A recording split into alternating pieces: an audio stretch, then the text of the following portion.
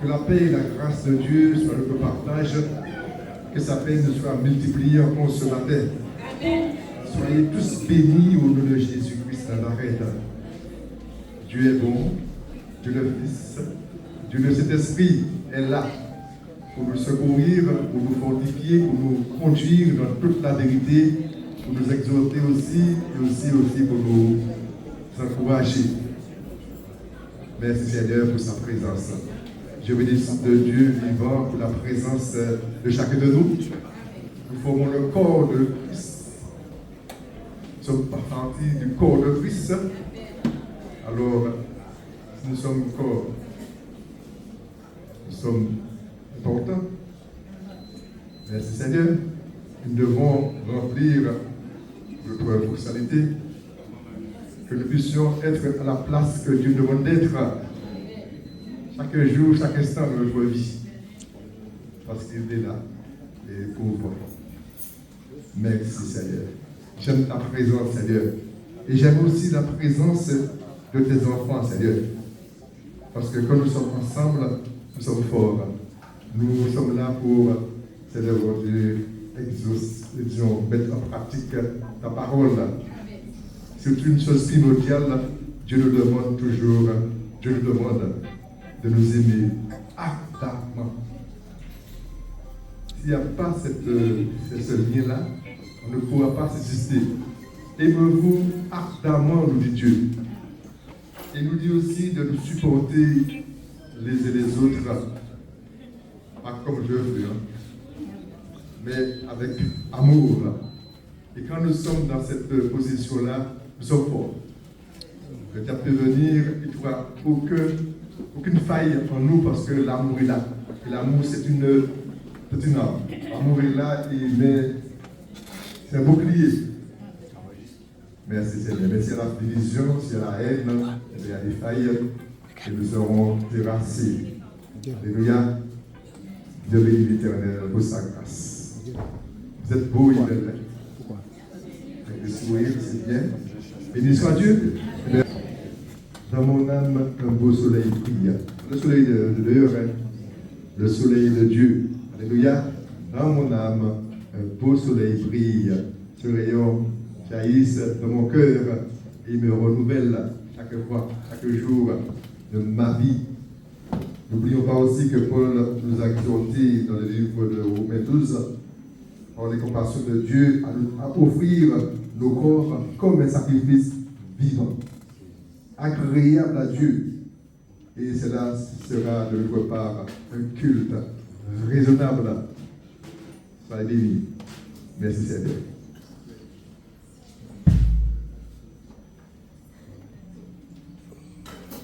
Bonjour à tous, bonjour, j'espère que vous allez bien.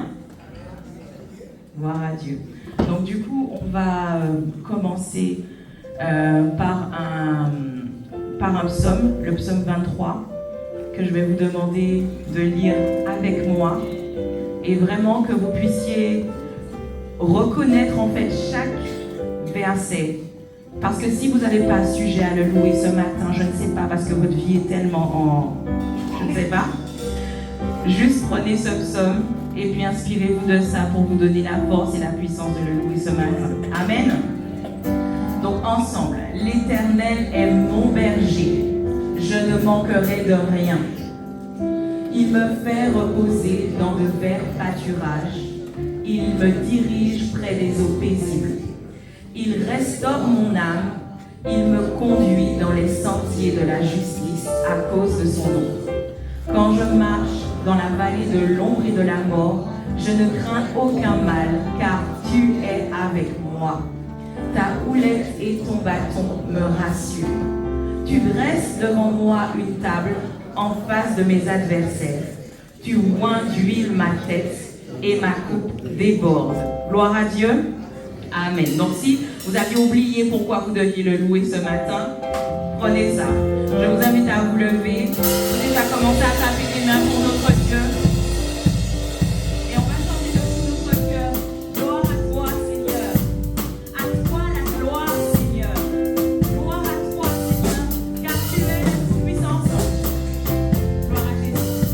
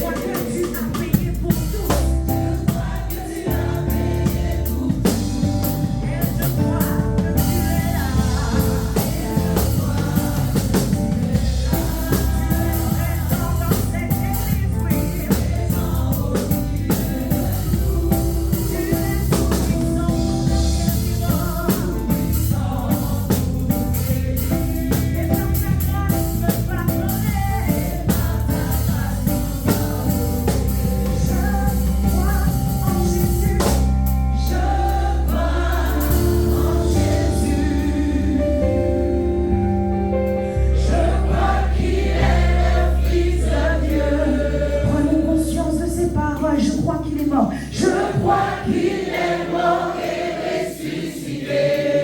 Et je crois qu'il a payé pour tous. Je crois qu'il a payé pour tous. Et je crois qu'il est ici. Et je crois qu'il est ici. Présent au milieu de nous. Présent au milieu de nous. Tout puissant pour nous guérir. Tout puissant pour nous guérir. Et par sa grâce nous pardonner. Et par sa grâce nous pardonner. Je crois en toi, Seigneur, encore dans le calme. Je crois en toi, Seigneur. Je crois que tu es le Fils de Dieu. Je crois que tu es le Fils de Dieu. Après ta mort, Dieu t'a ressuscité. Après ta mort, Dieu t'a ressuscité. Je crois que tu as payé pour tous. Je crois que tu as payé pour tous. Et je crois que tu es là.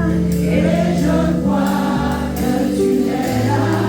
Présent à l'intérieur de moi. Présent au milieu de nous. Tout puissant pour me guérir. Tout puissant pour me guérir. Et par ta grâce nous pardonner. Et par ta grâce nous pardonner. Et je crois que tu es là encore une fois, oui. Et je crois que tu es là. Présent, présent, oui. Présent au milieu de nous. Tout puissant pour me guérir, pour te guérir, tout puissant. Et par ta grâce nous pardonner. Et je crois que tu es là. Oui, et je crois. Tu es présent ici maintenant. Tout puissant, tu es tout puissant pour me guérir, tout puissant.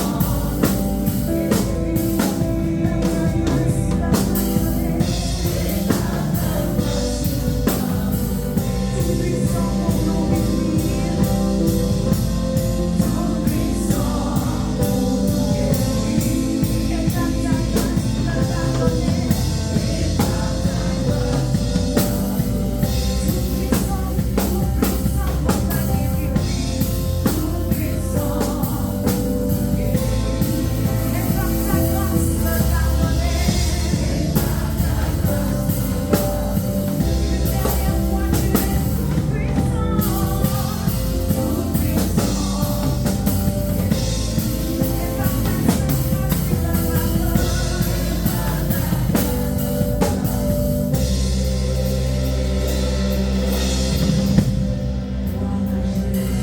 Et par ta grâce tu me pardonnes. Je suis dans cette présence. Oui, le Seigneur est là. Dieu est là au milieu de nous. Dieu, tu es présent dans mon cœur. Oui, même si, Seigneur, j'avais peut-être des doutes cette semaine sur quelque chose, sur ton existence, sur ta présence, sur ta réponse, sur ta proximité. En ce matin, Seigneur, tu me dis que oui, tu es présent. Et Seigneur, je ne peux pas passer à côté de ce moment. Oh, viens devant le saint trône pour adorer le roi. Oh, viens devant le saint trône et sa gloire apparaîtra.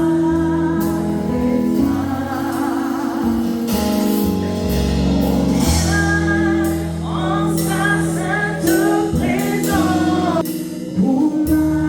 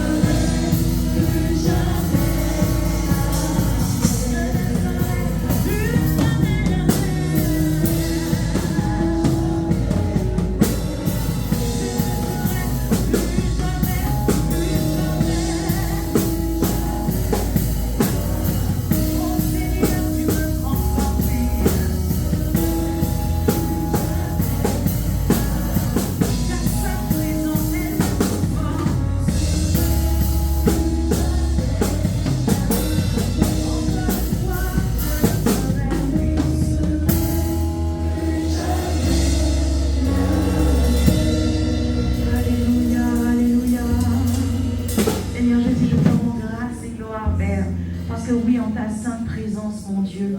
Tout change, tout se transforme en ta sainte présence, mon Dieu.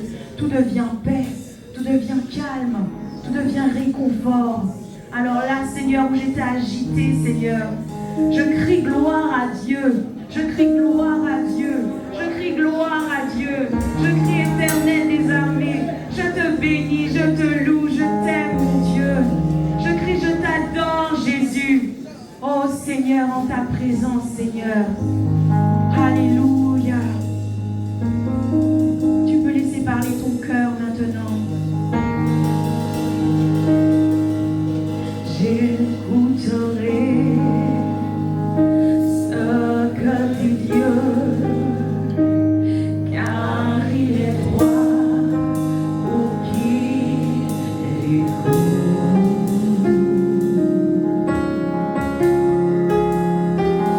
Sa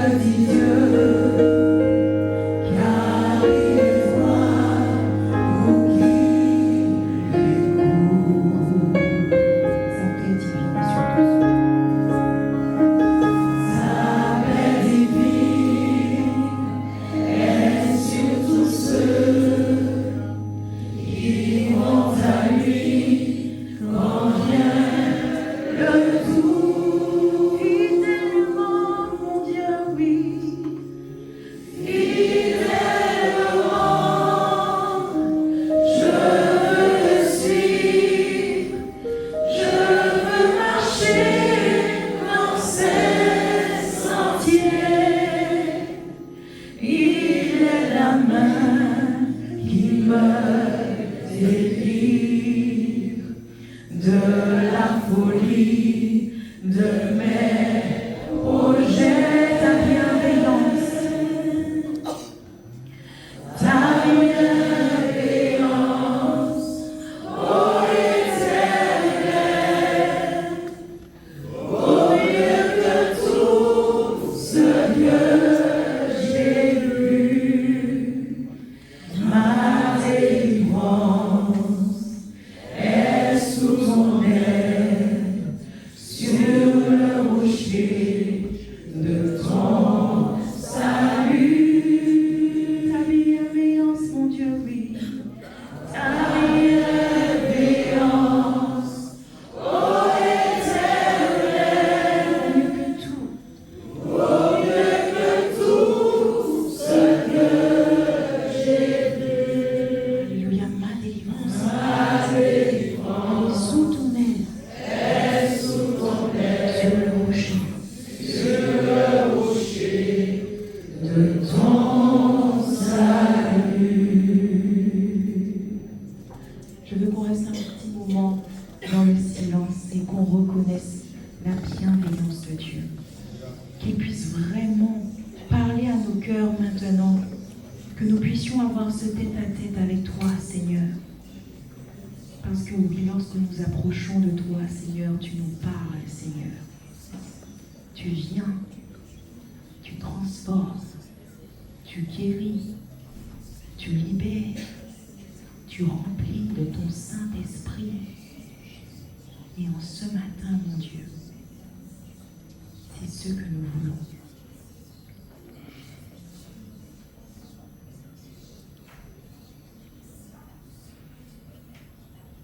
Je veux être rempli de ton esprit, mon Dieu.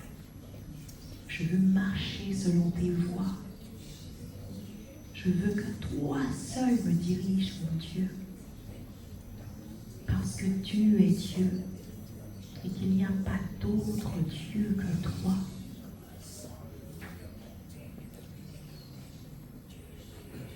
Gloire à Jésus.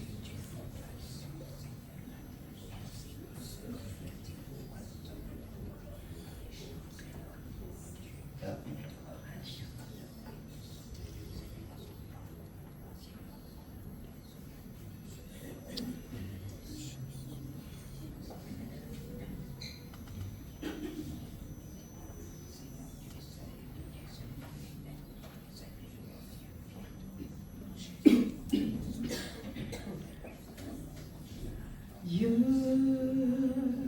fidèle, tu ne changes pas.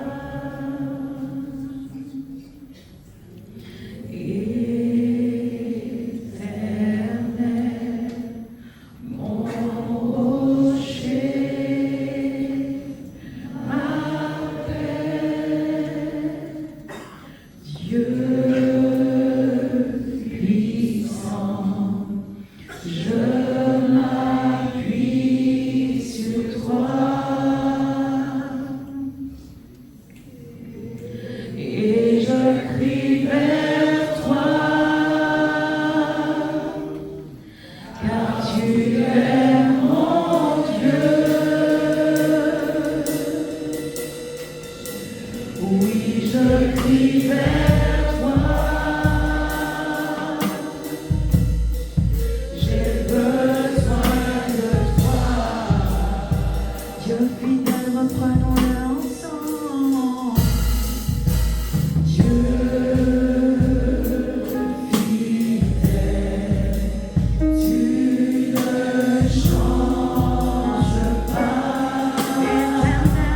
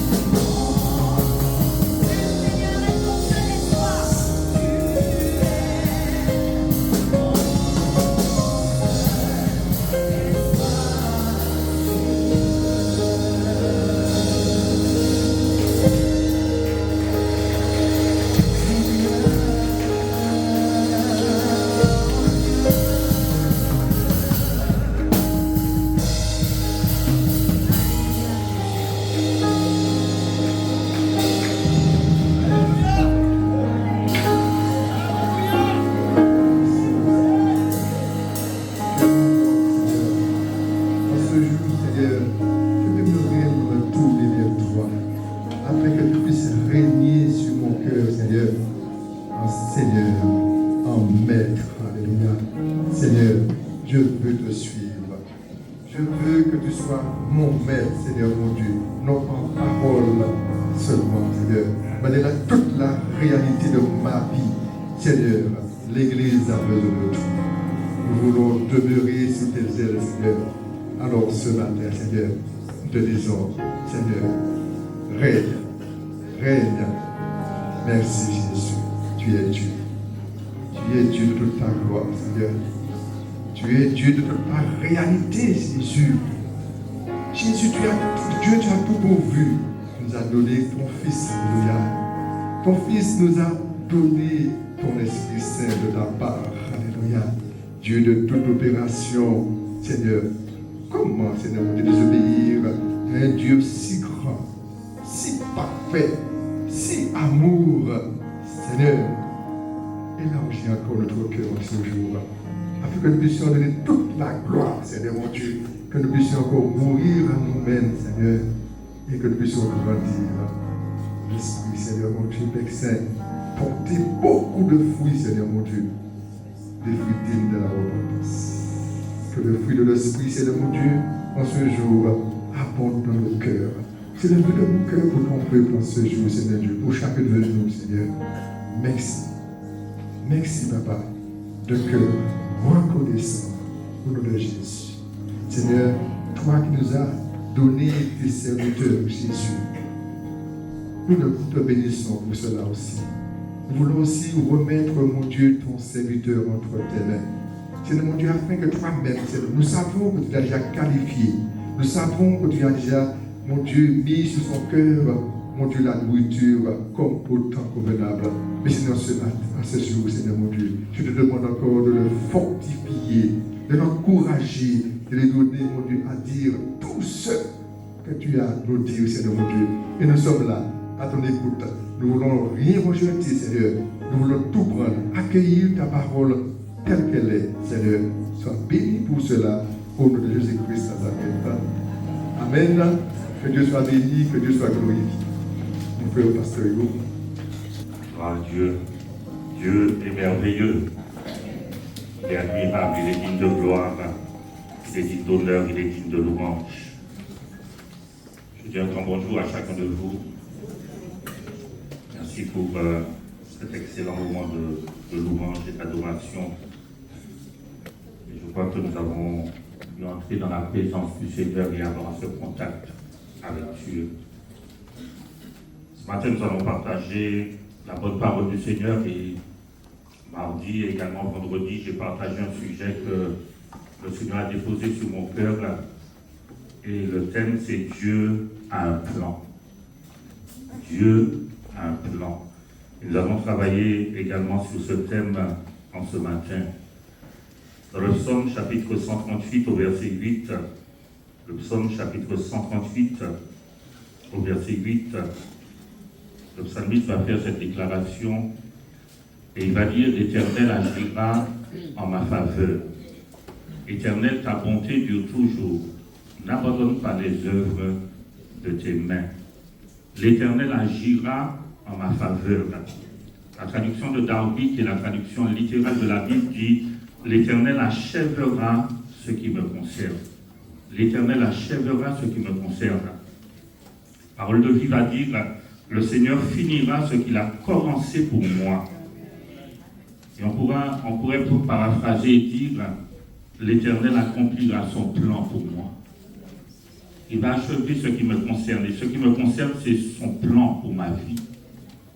Le Seigneur finira ce qu'il a commencé pour moi. Et après avoir dit ça, il parle de l'amour de Dieu. Il dit, Seigneur, ton amour dure à toujours. N'abandonne pas ceux que tes mains ont formés. La traduction de seconde nous dit, n'abandonne pas les œuvres de tes mains. Et il va parler de la bonté de Dieu, de l'amour de Dieu. Et vous savez, l'amour de Dieu, c'est un amour qui est éternel. Et l'amour de Dieu, c'est un amour qui s'engage. C'est un amour qui n'abandonne pas. Et c'est un amour qui ne recule devant rien. Et il dit, N'abandonne pas les œuvres de tes mains. En quelque part, n'abandonne pas tes plans. N'abandonne pas tes projets pour ma vie. Continue ce que tu as commencé en moi. Continue ton œuvre en moi. Est-ce qu'il y a quelqu'un qui veut dire ça au Seigneur ce matin? Continue ton œuvre en moi. Continue ton plan, tes projets. Et l'apôtre Paul va nous dire, je suis persuadé, j'ai cette conviction, j'ai cette assurance que celui qui a commencé cette belle œuvre en vous, Dieu a commencé une belle œuvre en chacun de nous. Et Dieu, c'est celui qui s'engage. Il s'est engagé. Il se propose de réaliser une œuvre extraordinaire dans ma vie et à travers ma vie. Une œuvre qui me dépasse. Parce que la Bible dit dans Éphésiens chapitre 3, verset 20, que Dieu est capable de faire infiniment au-delà. Il a commencé une œuvre de transformation. Et cette œuvre de transformation, nous savons que cela passe par le renouvellement de l'intelligence, par le changement de nos pensées, par le changement de notre mentalité. Mes pensées ne sont pas vos pensées, dit Dieu. Mes voies, mes chemins ne sont pas vos chemins. Mes projets, mes plans ne sont pas vos plans. Et il faut que j'apprenne à penser comme Dieu pense. Il faut que mes pensées puissent s'aligner sur les pensées de Dieu. Il a commencé en nous une œuvre de guérison intérieure.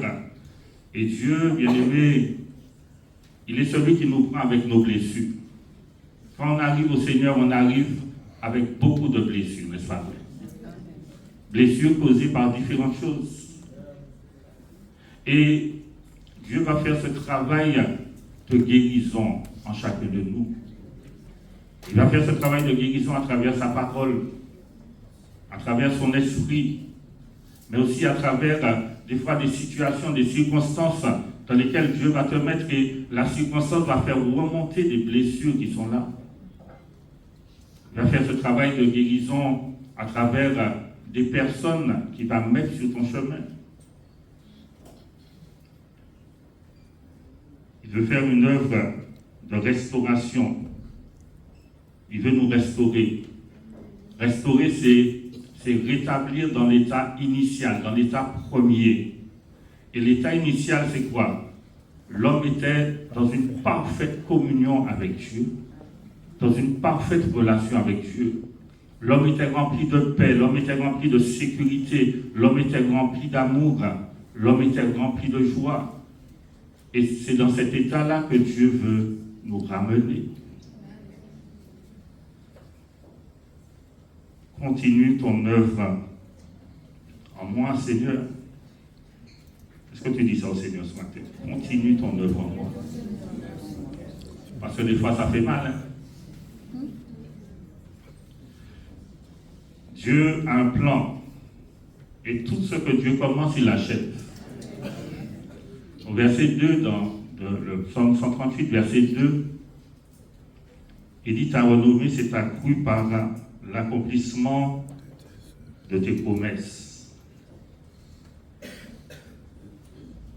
Alors, je me prosterne dans ton Saint-Temple, je célèbre ton nom à cause de ta bonté, de ta fidélité. Il dit, car ta renommée s'est accrue par l'accomplissement de tes promesses. Il nous dit là que Dieu, c'est celui qui accomplit ses promesses. C'est celui qui dit ce qu'il fait. Et il dit, ta renommée s'est accrue. Ça veut dire que Dieu a accompli même plus que ce qu'il avait promis. Il a fait même plus que ce qu'il avait dit. Et cela m'a fait penser à la reine de Séba, quand elle est venue voir Salomon. Elle a dit, mais ce que mes yeux voient dépasse ce que j'ai entendu de toi. Et Dieu, bien-aimé, est capable de faire infiniment au-delà, la Bible nous dit, de tout ce que nous pouvons penser ou même lui demander. Tout ce que Dieu commence, il achève. Alors on va faire un tour, et on va voir la création. Dans Genèse chapitre 2, versets 1 et 2. Il dit, ainsi furent achevés les cieux et la terre et toute leur armée. Dieu acheva au 7e jour son œuvre qu'il avait faite et se reposa au 7e jour de toute son œuvre qu'il avait faite. Là, on voit Dieu a achevé. Genèse chapitre 1, versets 1 et 2. Là, on va voir Dieu a commencé. Il dit au commencement, Dieu créa les cieux et la terre. Verset 2, comment les choses étaient au commencement? Il dit la terre était comment? Informe et vide, il y avait des ténèbres à la surface de l'abîme et l'Esprit de Dieu se mouvait au-dessus des eaux. Au départ, la terre était vide, informe et vide, un désert. C'était le chaos. Lorsqu'on prend le mot hébreu, il nous parle d'un désert en désordre. Et devant ce tableau, je vais dire, Dieu arrive et Dieu dit, j'ai un plan. Devant ce tableau-là, la terre, c'était un désert. C'était vide. Dieu arrive, regarde, là, Dieu arrive là.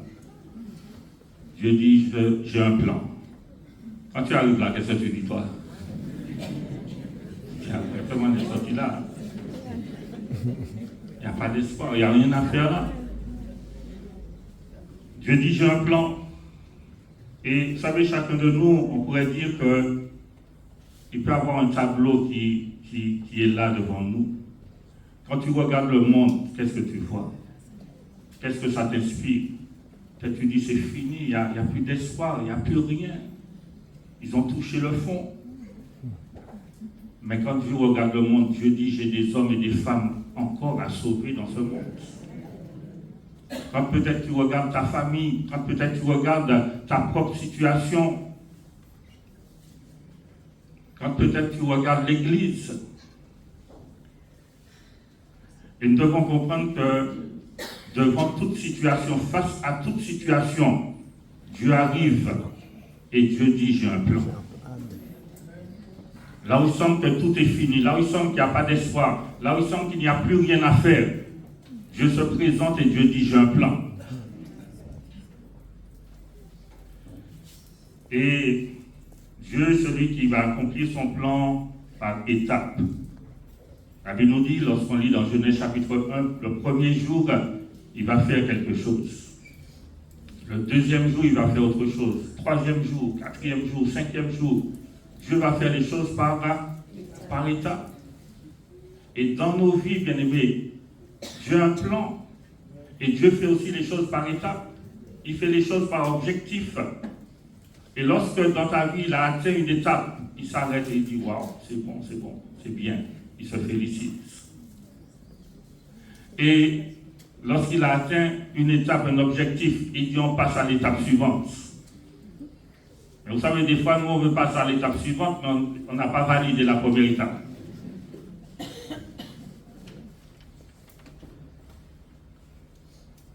Quand Dieu a achevé son œuvre, dans Genèse chapitre 1, verset 31, la Bible dit qu'il a regardé son œuvre avec fierté. Et il a dit, excellent, c'est très bon, c'est parfait. Il dit, et voici cela était très bon. Je vais me mettre la deuxième image. Et vous voyez, au départ, on a vu un désert. Et regardez ce qu'on peut faire dans un désert. Tu connais Dubaï? Au départ, tu vois un désert. Tu dis, mais non, on ne peut rien faire là. Et pourtant, quand peut-être tu regardes ta vie au départ, c'est un désert. Et Dieu dit, de ce désert-là, je vais faire un jardin. Il y aura des fleurs, il y aura des plantes, il y aura des arbres fruitiers. Il y aura du fruit en abondance, il y aura un fleuve. La Bible dit que des fleuves d'eau vive couleront de notre sein. Est-ce que tu le vois?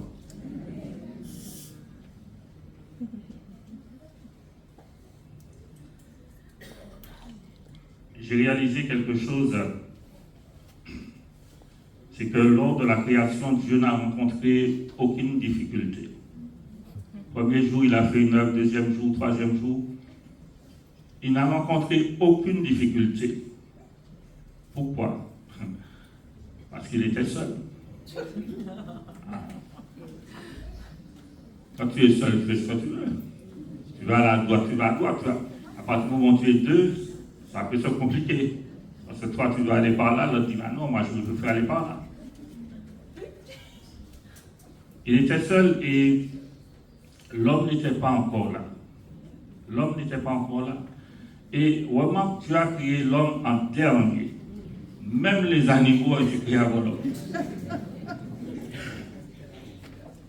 Il a créé en dernier. Peut-être que s'il avait créé l'homme au deuxième jour, lorsqu'il avait commencé à travailler au troisième jour, l'homme avait dit, ouais, non, c'est pas par là pour mettre le soleil, là, c'est pas là.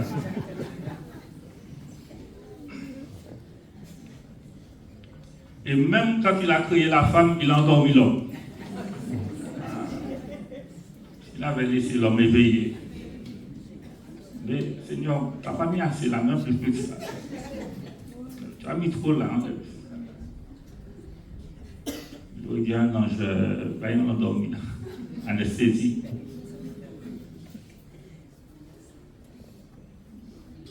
Maintenant, Dieu, il a fait la création seul. Mais à partir du moment où l'homme va entrer en scène, à partir du moment où l'homme va arriver, Dieu va prendre une décision. Il va décider qu'à partir de maintenant, l'homme va participer à la réalisation de mes plans et de mes desseins. À partir de maintenant, l'homme va participer à la réalisation, à l'accomplissement de mes projets. Regarde avec moi dans Actes chapitre 13, verset 22. Acte 13, verset 22. Je vous ai parlé là du roi David. Il dit puis l'ayant rejeté de Saül, donc Dieu a rejeté Saül en tant que roi, pas en tant qu'homme. Dieu ne voulait plus que Saül règne sur Israël. Il est dit, il leur suscita pour roi David, auquel il a rendu ce témoignage. J'ai trouvé David. Donc s'il dit qu'il a trouvé, c'est parce qu'il cherchait. J'ai trouvé David, fils d'Isaïe, homme selon mon cœur, et il dit qu'il accomplira toutes mes volontés. Dieu cherche un homme pour accomplir toutes ses volontés. Parce que Saül, rappelle-toi, Saül était désobéissant. Saül ne faisait pas les choses comme Dieu lui demandait de faire. Et Dieu dit, j'ai cherché un homme et je l'ai trouvé. Cet homme-là, il va accomplir toutes mes volontés. Un homme selon mon cœur, ce me dit un homme qui correspond à mes désirs. Et Dieu, bien-aimé, il nous a appelés à lui, non pas pour qu'il puisse accomplir nos volontés, nos desseins, nos plans, nous, mais c'est pour que nous puissions, nous, accomplir ses volontés, ses plans et ses desseins à lui. Acte 13, verset 36. Nous parlons encore de David. Acte 13, verset 36.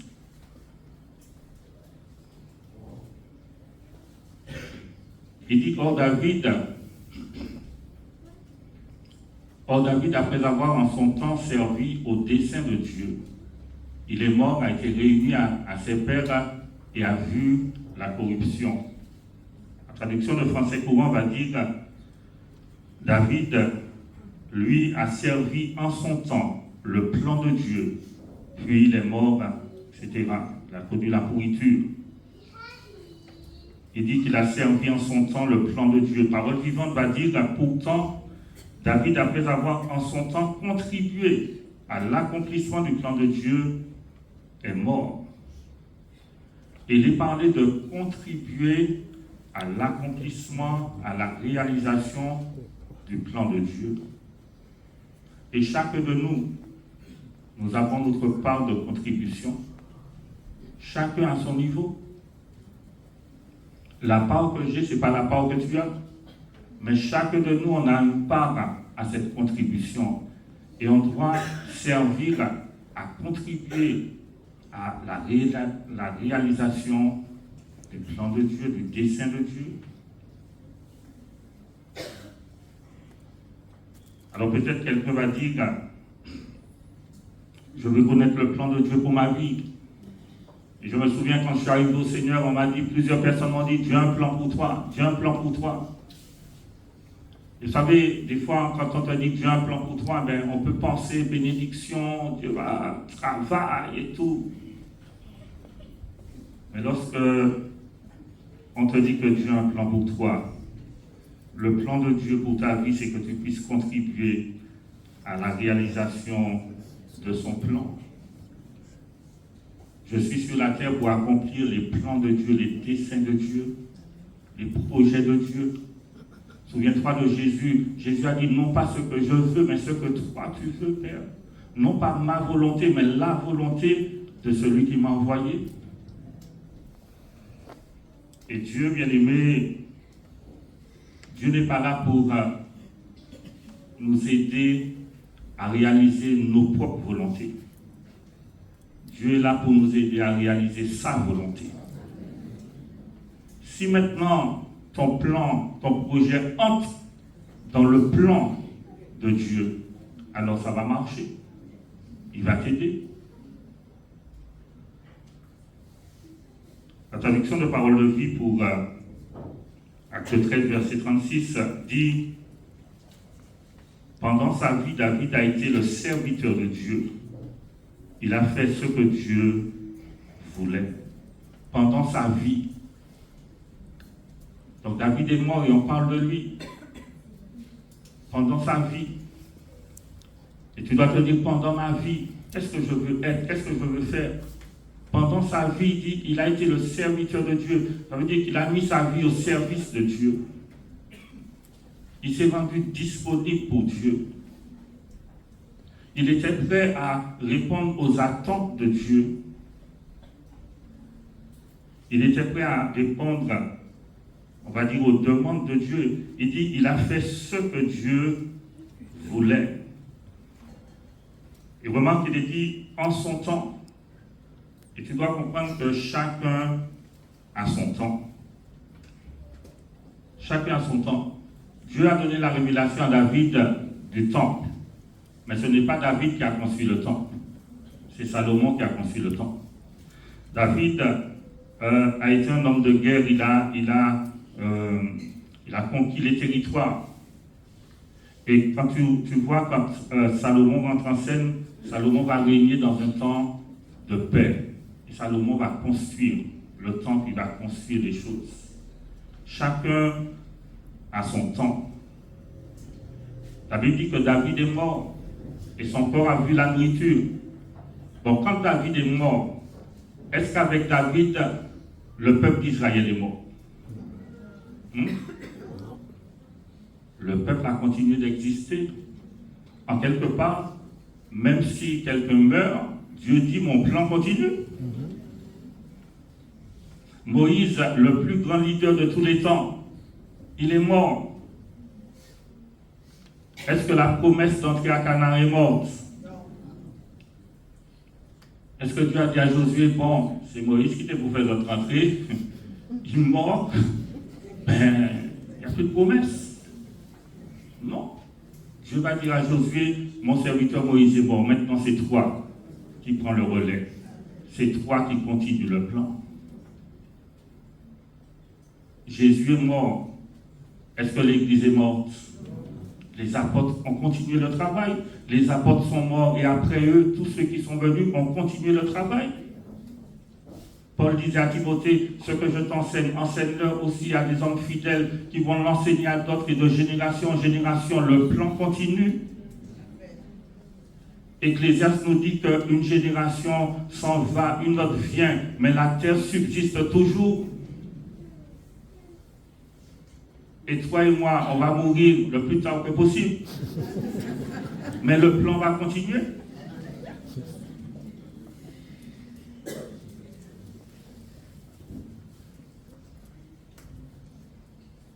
Et aujourd'hui, bien-aimés, Jésus n'est plus là sur la terre, les apôtres ne sont plus là, mais Dieu veut continuer à réaliser ses plans avec nous et à travers nous, à travers les ministères, à travers les dons, les talents, les aptitudes, à travers le potentiel qu'il a mis en chacun de nous.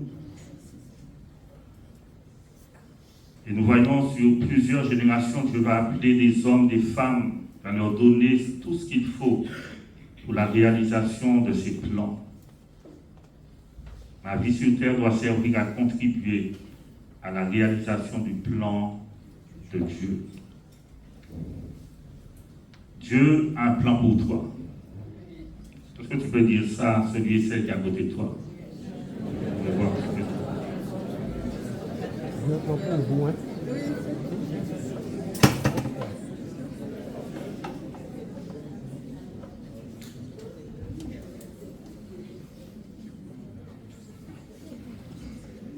Maintenant, est-ce que Dieu nous montre le plan du début à la fin? Dieu nous dit, j'ai un plan pour toi, mais est-ce qu'il nous montre le plan du début à la fin? Et s'il nous montrait le plan du début jusqu'à la fin, on n'aurait pas besoin de foi. Hein?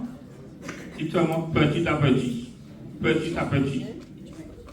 Jésus dit à chaque jour suffit sa peine. Imagine quand le peuple hébreu est parti d'Égypte. Imagine que Dieu leur avait dit, écoutez, je vais vous faire sortir d'Égypte. Et quand vous allez sortir d'Égypte, à un moment donné, vous allez arriver devant la mer Rouge. Puis il y aura les montagnes à droite, les montagnes à gauche, et il y aura l'armée des Égyptiens qui viendra derrière vous. Mais ne vous inquiétez pas, je vais ouvrir la mer. Vous allez traverser. Après, je vais refermer la mer sur les Égyptiens et vous allez arriver de l'autre côté. C'est merveilleux. Et même s'il avait dit ça, il y a de ceux qui auraient eu peur comme ça. Mais Dieu ne dit pas ça. Et quand ils arrivent devant la mer Rouge, là, ils paniquent. Pourquoi? Parce que des fois qu'on arrive devant des situations, on panique. Pourquoi? Parce qu'on ne sait pas ce qu'il faut faire, mais Dieu sait déjà ce qu'il va faire. Parce que quand Dieu commence une œuvre, il sait déjà ce qu'il va faire du début à la fin. Lorsqu'il a travaillé le premier jour, le deuxième jour, il ne s'est pas arrêté de dire « ça m'est fait demain ». Il sait déjà. Et il sait déjà toutes les difficultés, il sait déjà les obstacles, il sait déjà tout ce que tu vas rencontrer sur ton chemin. Mais la Bible dit que dans sa fidélité, il a déjà préparé un moyen d'en sortir.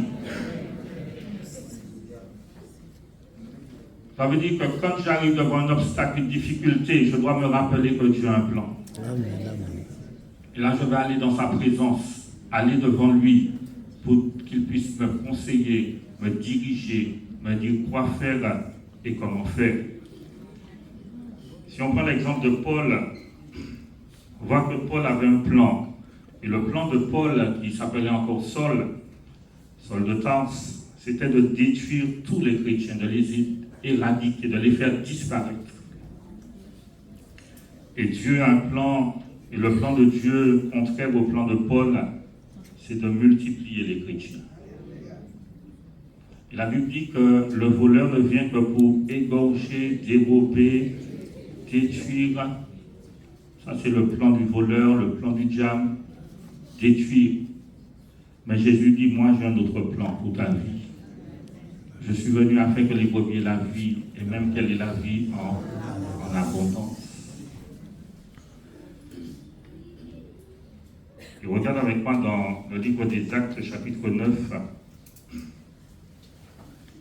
Acte 9 nous parle de la rencontre de Jésus avec Paul.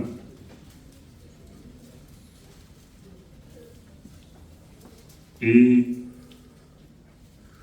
on voit que Jésus va, Paul, parce qu'il voit cette grande lumière, hein, et il va poser aux questions, il va poser au Seigneur 2 questions. Verset 5, il lui pose la première question.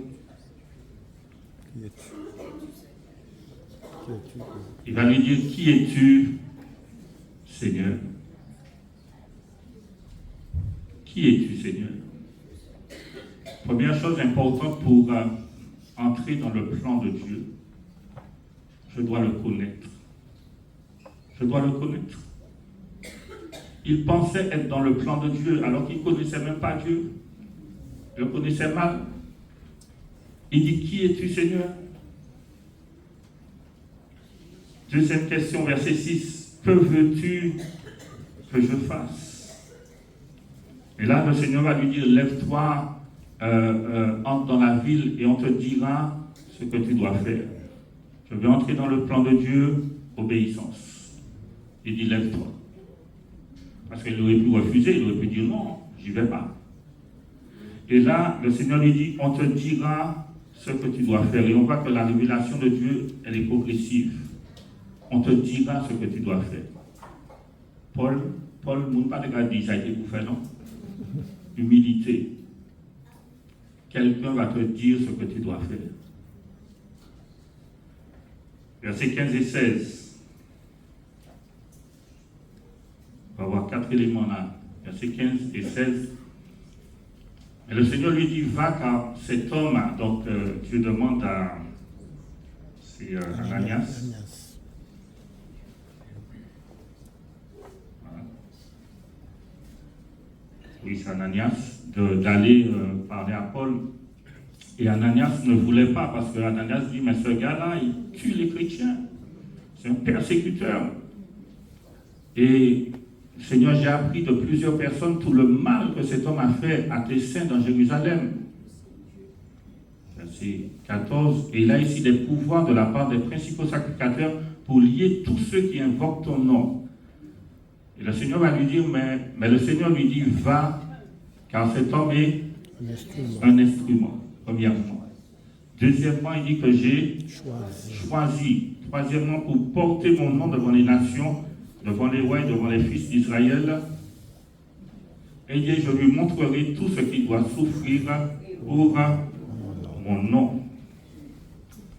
Donc, il dit premièrement, c'est un instrument. Tu es un instrument. Nous sommes des instruments. Est-ce que tu sais que tu es un instrument? Nous sommes des instruments. Et dans Ésaïe, un passage que j'aime beaucoup, Ésaïe chapitre 10, au verset 15, on va le lire dans la traduction de Parole de vie. Ésaïe chapitre 10, verset 15. Dieu a un plan. Donc tu es un instrument. Il dit, est-ce que la hache se vante à la place de celui qui s'en sert? Est-ce que la scie se montre orgueilleuse à la place de celui qui l'utilise? C'est comme si le fouet faisait bouger le bras qui le lève, ou comme si le bâton dirigeait la main qui le tient.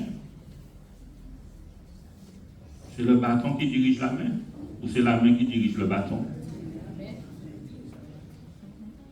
C'est l'instrument qui fait ses affaires, ou bien c'est celui qui tient l'instrument qui dirige l'instrument? Est-ce que tu me comprends? Des fois, on veut diriger Dieu. Dieu s'est utilisé s'est servi de nous, mais c'est nous qui les glorifié comme nous. Tu as déjà vu une hache dire, regardez comment on est coupé. Tu as déjà vu une scie se vanter?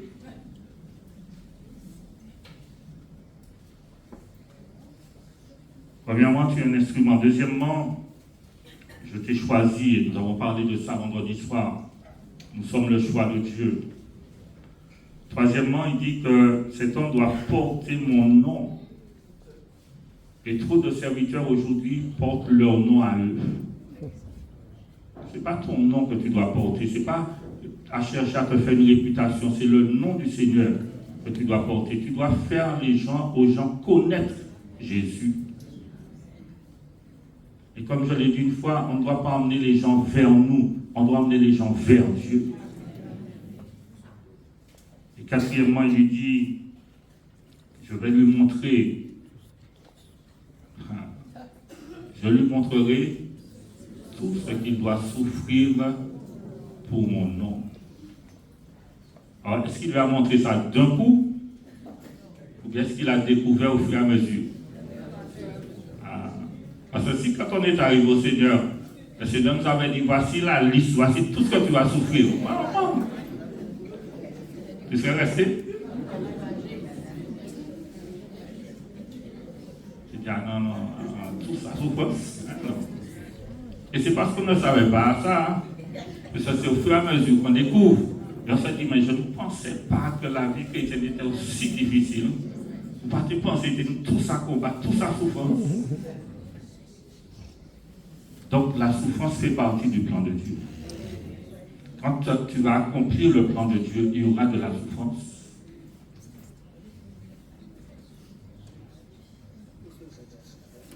On va prendre l'exemple de Marie.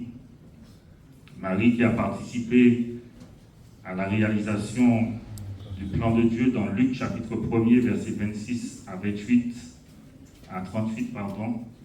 On va lire Luc 1, versets 26 à 38.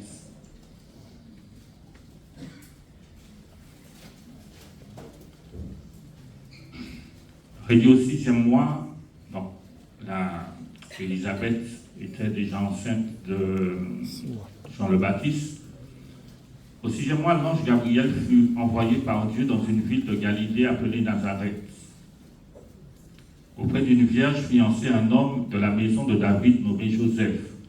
Le nom de la vierge était Marie. L'ange entra chez elle et dit, « Je te salue, toi à qui une grâce a été faite, le Seigneur est avec toi. » Et dit qu'elle a été troublée par cette parole. Marie se demandait ce que pouvait signifier une telle salutation. L'ange lui dit, « Ne crains point Marie, car tu as trouvé grâce devant Dieu. Et voici, tu deviendras enceinte, et tu enfanteras un fils, et tu lui donneras le nom de Jésus. Il sera grand, il sera appelé fils du Très-Haut, et le Seigneur Dieu lui donnera le trône de David, son père. Il régnera sur la maison de Jacob éternellement, et son règne n'aura point de fin. » Marie dit à l'ange, « Comment cela se fera-t-il, puisque je ne connais point d'homme? » L'ange lui répondit, « Le Saint-Esprit viendra sur toi, et la puissance du Très-Haut te couvrira de son ombre. C'est pourquoi le saint enfant qui naîtra de toi sera appelé Fils de Dieu.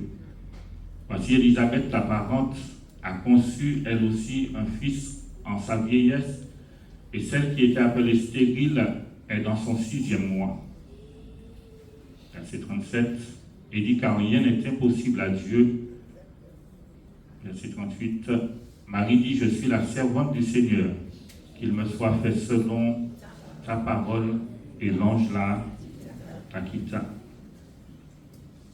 Verset 31, l'ange se présente à Marie et lui dit, « Voici, Dieu a un plan. Et tu fais partie du plan.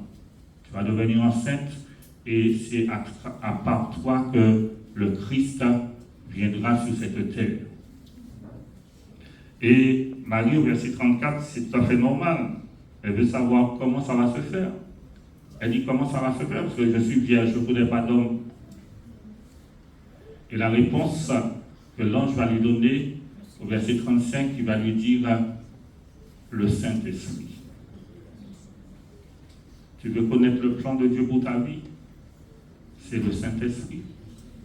Le Saint-Esprit qui, dans ta communion avec Dieu, aussi dans la lecture de la parole, dans la méditation de la parole, le Saint-Esprit va te révéler des choses. Et on l'a vu vendredi soir, où le Saint-Esprit a parlé dans c'est acte 13, hein, quand il a parlé, il a dit, mettez-moi à part Saul et Barnabas, dans acte 13. Et quand le Saint-Esprit vient te révéler le plan de Dieu pour ta vie, vient te révéler une action que tu dois poser, il faut comprendre que lorsque le Saint-Esprit va te parler à travers d'une autre personne, ce sera pour confirmer ce qu'il t'a déjà dit antérieurement. Fais attention aux gens qui vont venir te dire « Dieu m'a montré ça pour toi, Dieu m'a montré ci pour toi ». Non. Avant que quelqu'un vienne te dire quoi que ce soit, il va déjà parler à ton cœur. À une période, bien aimée, il y a eu beaucoup de gaffes, beaucoup de gaffes. Parce que des personnes se sont déclarées prophètes. Et puis on dit, le Seigneur m'a montré, c'est ta femme, voici ta femme. Le Seigneur m'a montré, voici ton mari. Quelque chose de tellement important.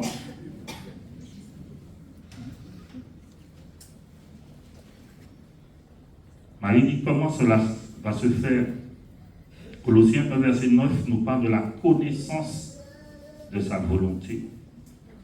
Donc je vais connaître sa volonté à travers sa parole, à travers la lecture, la relecture, la méditation de sa parole. Le psaume 32, verset 8, Dieu dit, je t'instruirai, je te montrerai la voie que tu dois suivre, je te conseillerai et j'aurai le regard sur toi. Et l'instruction vient avant la direction. Il dit, je vais t'instruire premièrement. Et après que tu sois instruit, il dit, je vais te montrer, je vais te donner la direction.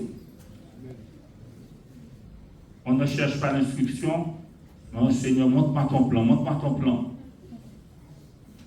Cherche l'instruction dans sa parole. Il dit, je te montrerai la voie que tu dois suivre, donc je vais te diriger. Et quand je vais te diriger, tu vas rencontrer des obstacles, des difficultés sur le chemin que je vais te demander de prendre. Je vais te conseiller. Et il dit, j'aurai le regard sur toi, c'est-à-dire je vais t'accompagner.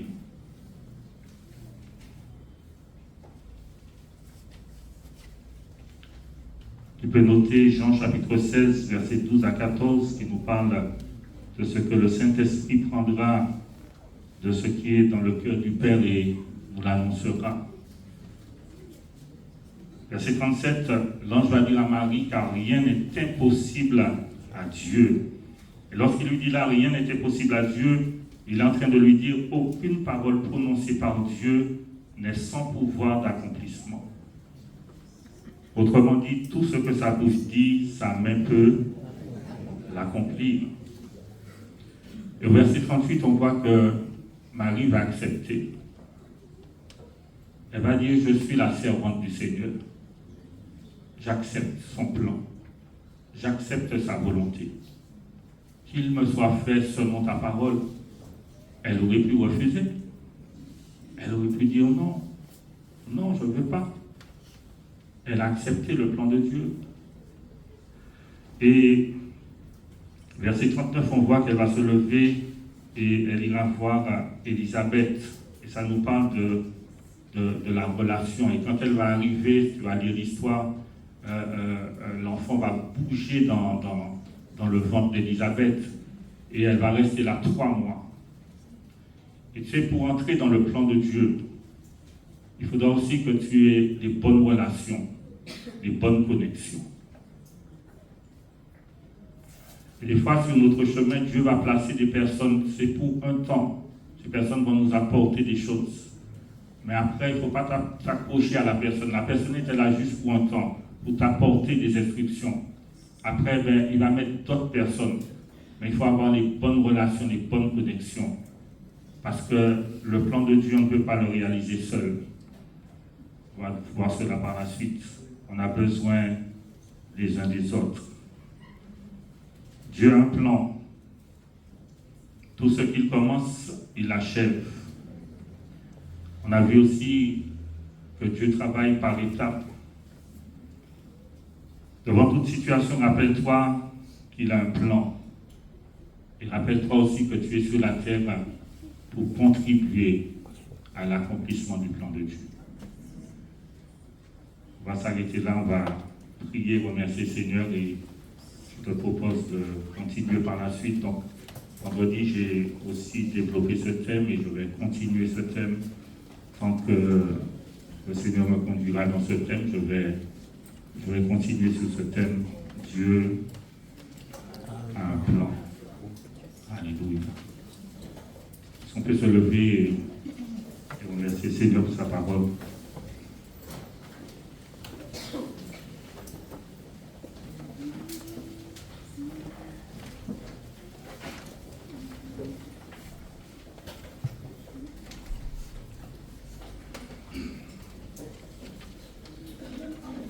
Oui, Éternel, nous voulons bénir ton nom ce matin. Nous voulons te glorifier, Père. Nous voulons te dire merci pour ta sainte présence. Nous voulons te dire merci pour ta parole, éternelle, mon Dieu. Ta parole qui est vivante, ta parole qui nous instruit en ce matin. Et à chacun de nous, tu adresses cette parole nous disant que tu as un plan, Seigneur. Tu as un plan pour chacune de nos vies, Seigneur. Tu as un plan pour nos familles, Seigneur, mon Dieu. Tu as un plan pour l'Église Union Chrétienne. Tu as un plan pour la Martinique, Seigneur. Nous voulons te dire merci parce que, Seigneur, nous faisons partie de ce plan, Seigneur. Nous sommes de ceux et de celles à qui tu as donné des dons, des talents, des potentiels, des ministères, Seigneur mon Dieu, pour contribuer à la réalisation de ce plan, à la réalisation de tes projets, de tes desseins, Seigneur. Et comme David, Seigneur, nous voudrions qu'on puisse rendre ce témoignage de nous à la fin de notre vie. Cet homme en son temps, dans sa génération, il a servi au dessein de Dieu. Il a servi à l'accomplissement des desseins de Dieu. Il a fait ce que Dieu voulait. Seigneur, chacun pour sa part. Seigneur, nous avons, mon Dieu, des actions à poser. Nous avons, mon Dieu, des choses à faire. Seigneur, chacun pour sa part, parce que ta parole nous dit que nous sommes membres d'un corps, Seigneur, et chaque membre a une fonction. Seigneur, merci, Père, de ce que par ton esprit, tu nous attires dans ta présence, Seigneur, mon Dieu. Et tu nous donnes ce désir de connaître tes plans, de connaître tes projets, Seigneur. C'est vrai, mon Dieu, tu nous révèles tes plans et tes projets d'une manière générale dans ta parole, Seigneur. Mais de manière spécifique, mon Dieu, nous voulons connaître ce que tu attends de chacun de nous. Père, merci. Merci de continuer à nous enseigner, continuer à nous instruire, Seigneur. Et mon Dieu, je prie que le plan, Seigneur, mon Dieu, que tu as pour chacune de nos vies, que le plan que tu as pour l'Église Union Chrétienne puisse s'accomplir, Père, dans le nom de Jésus. Parce que tout ce que tu commences, Seigneur, tu l'achèves, éternel, mon Dieu. Nous voulons te dire merci. Merci parce que tu nous as rappelé ce matin que la souffrance fait partie de ton plan, Seigneur. Et nous voulons accepter, mon Dieu, qu'il y ait de la souffrance, Seigneur. Et nous voulons apprendre, Seigneur, à continuer à avancer malgré les souffrances, Seigneur, mon Dieu. Parce qu'en toute chose, ce que nous voulons, Seigneur, c'est qu'à la fin, ton nom soit glorifié. Bénissons ton nom, Père, et nous te disons un grand merci pour ta bonté et pour ta fidélité, Seigneur, dans le nom de Jésus-Christ de Nazareth. Amen. Alléluia. Nous pouvons rester debout et